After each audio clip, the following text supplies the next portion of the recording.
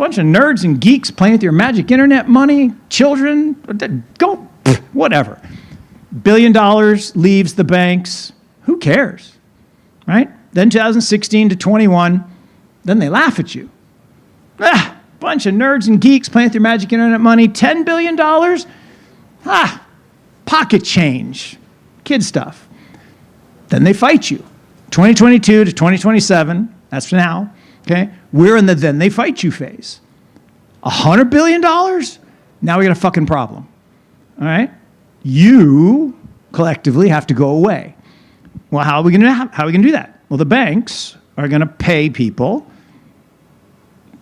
lobbying, fancy word for corruption, and they are going to assert their influence through regulatory change or regulatory arbitrage or regulatory pressure or just simply putting people out of business.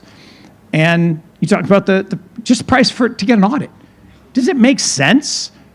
Did the audits get better? Did they get more efficient? No, but they got 7 times more expensive. That is a form of repression.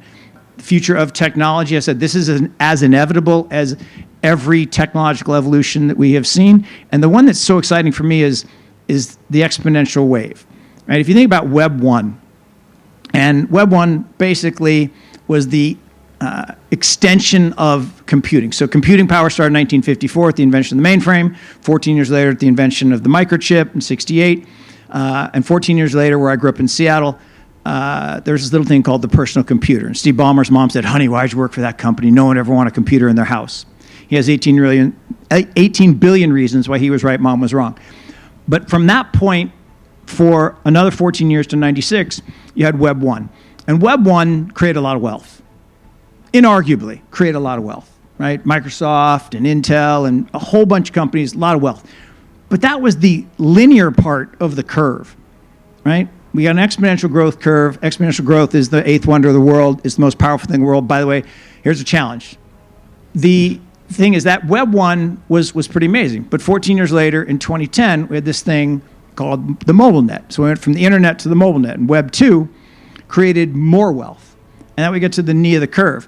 Well, now in 2024, we go to the truth net, where we replace trust with truth. Now we get to the exponential part of the growth.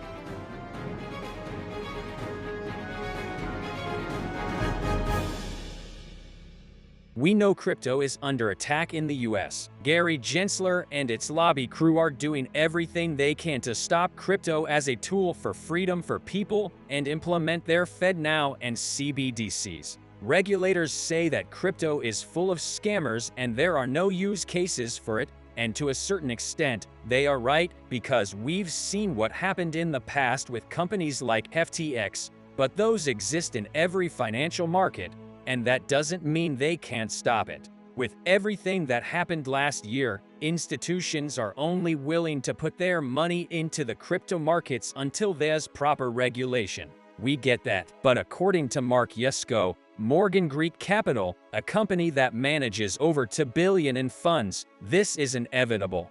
The technology is here to stay, and the US will embrace it, or they will lose the battle. In this video, he will explain how we get institutions to trust the crypto markets again and how that will lead to the next exponential opportunity of our times that can't be stopped and that will create wealth like we've never seen before. Sit back, take some mental notes, and watch Yusko's explanation and point of view that will help you understand what's happening next. So, how do we get that trust from institutions back? We never had it, so we didn't lose it. It was really never there, and it's not unusual for it not to be there because we're so early. If you go back in the history of any market, right? Whether it was, barter markets from 2,000 years ago or a few hundred years ago to the first stock markets around the world to any market, the bad people will show up. And you mentioned leaders, right? To me, there were a couple people you mentioned who were actually leaders, and then there were criminals.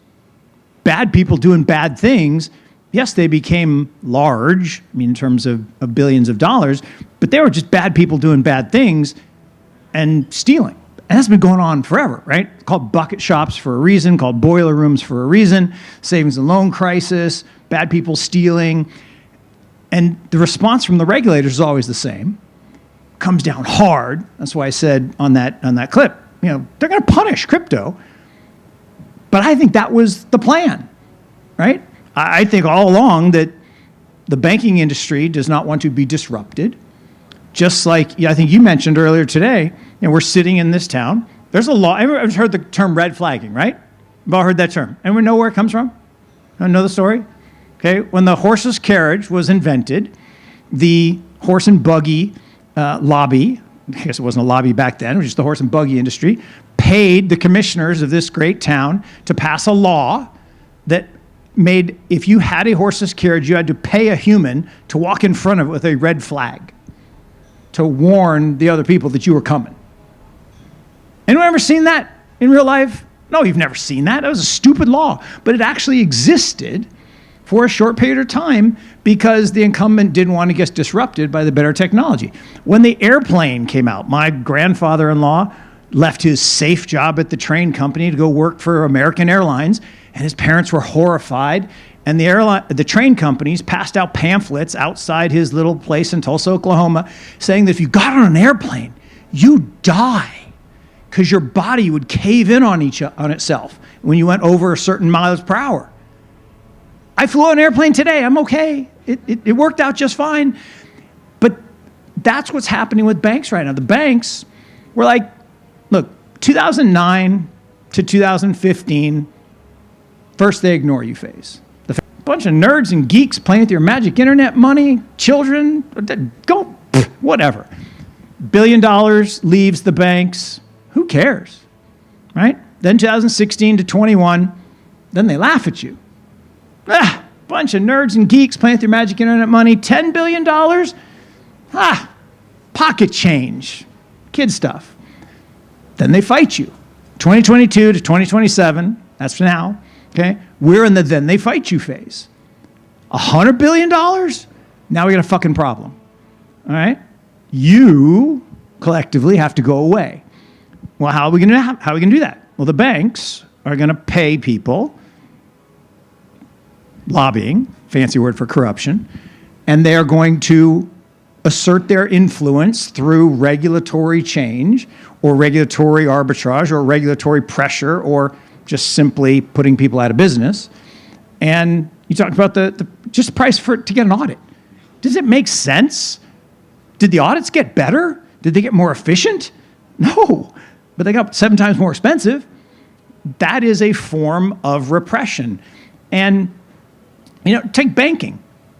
What did Signature Bank do? Was Signature Bank a crypto bank? Are you freaking kidding me? Have you looked at their balance sheet? It's real estate loans that are all going to zero because they, haven't even been in an office building lately.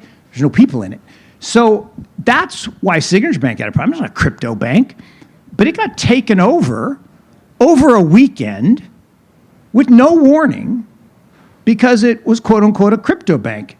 And Barney Frank said they wanted to send a message to crypto that we were serious. We're going to shut down this bank with no real reason other than they could because it had this much crypto deposits relative to its deposit base.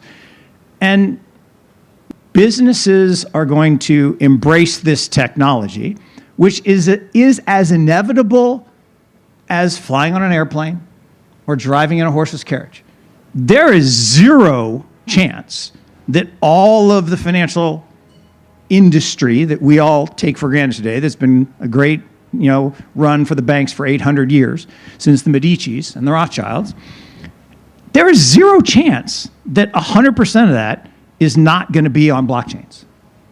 This is a bold claim. Every financial institution in the world will be in blockchains, like everyone who adopted cars or mobile phones in their lives. And this is why. It's as inevitable as air travel. 100% it's going to be on blockchains.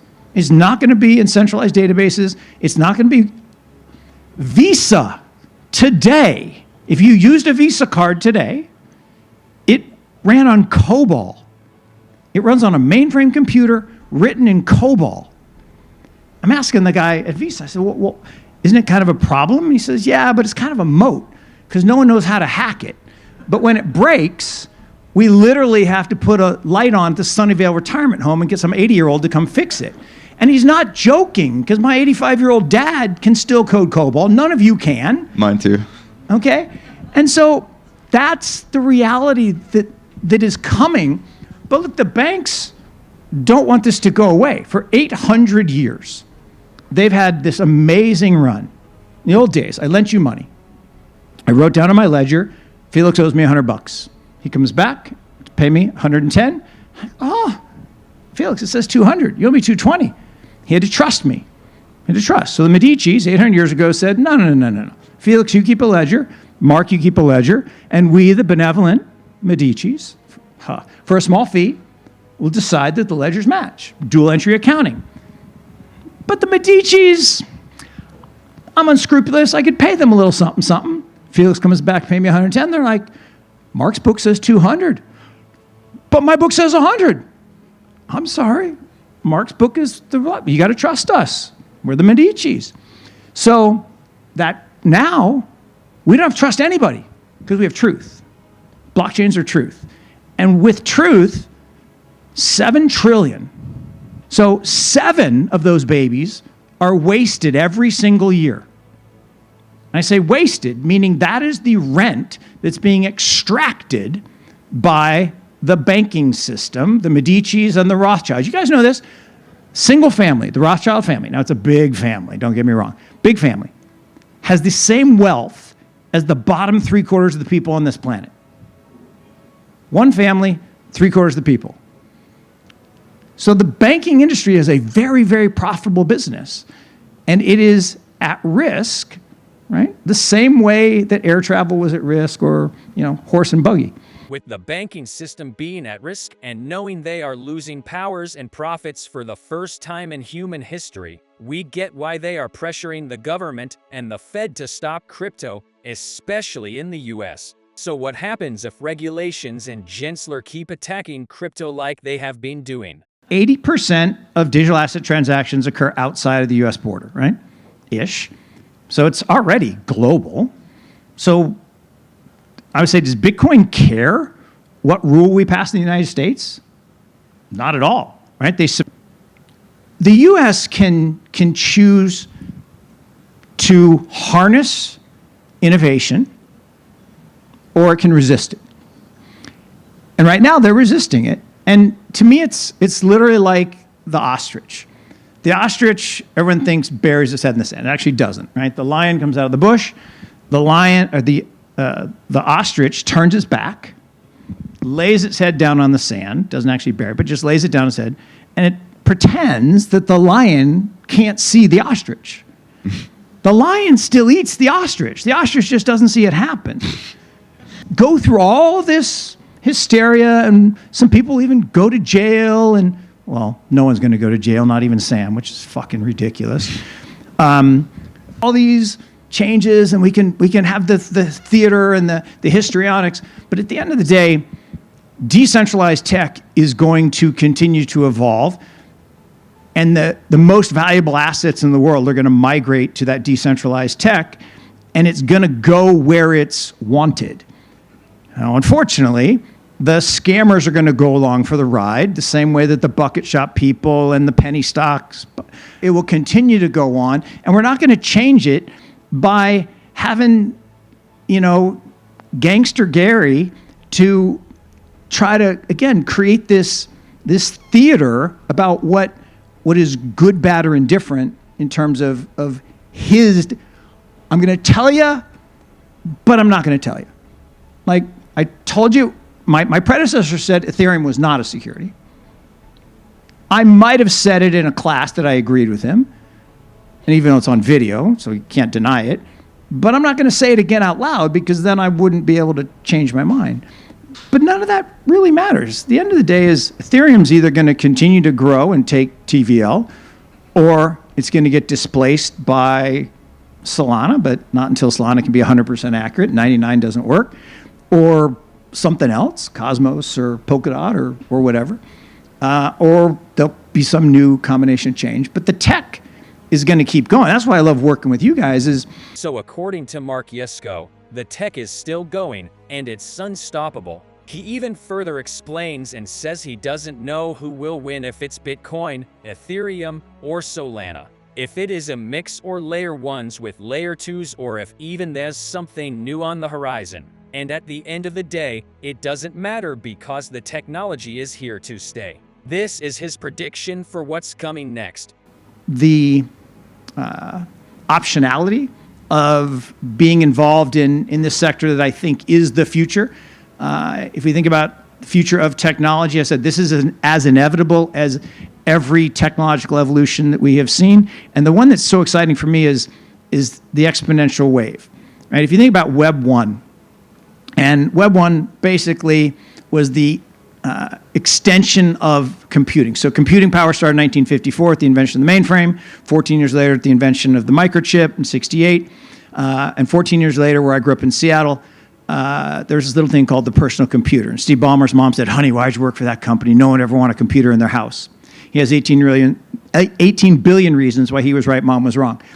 But from that point, for another 14 years to 96, you had Web 1.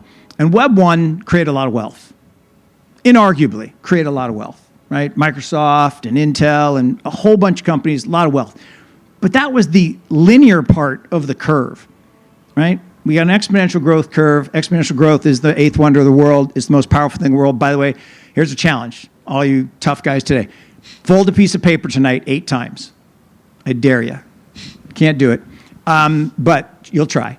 So the thing is that Web 1 was pretty amazing. But 14 years later, in 2010, we had this thing called the mobile net. So we went from the internet to the mobile net. And Web 2 created more wealth. And then we get to the knee of the curve. Well, now in 2024, we go to the truth net, where we replace trust with truth. Now we get to the exponential part of the growth. And when you start to go parabolic to the y-axis, the amount of wealth that's going to be created in this opportunity set, it's mind-numbing. And it's because we're going to take that $7 trillion that's wasted in the frictional cost of COBOL and Fortran and C++ and JavaScript and all these crappy systems. In this town, they issue bank loans all day, every day. It takes 30 days to settle because 7 different people have to get involved in 7 different systems. 30 days? Are you kidding me? We're celebrating because FedNow is going to allow us to go to T+1 instead of T+2. Seconds. How about T-Instant? How about T-Instant? How about T-Now? I mean, so we're on the verge of really big stuff. What do you think? Let us know your thoughts in the comments below. And please leave a like and subscribe so you get these daily crypto updates that can help protect your wealth. Thanks.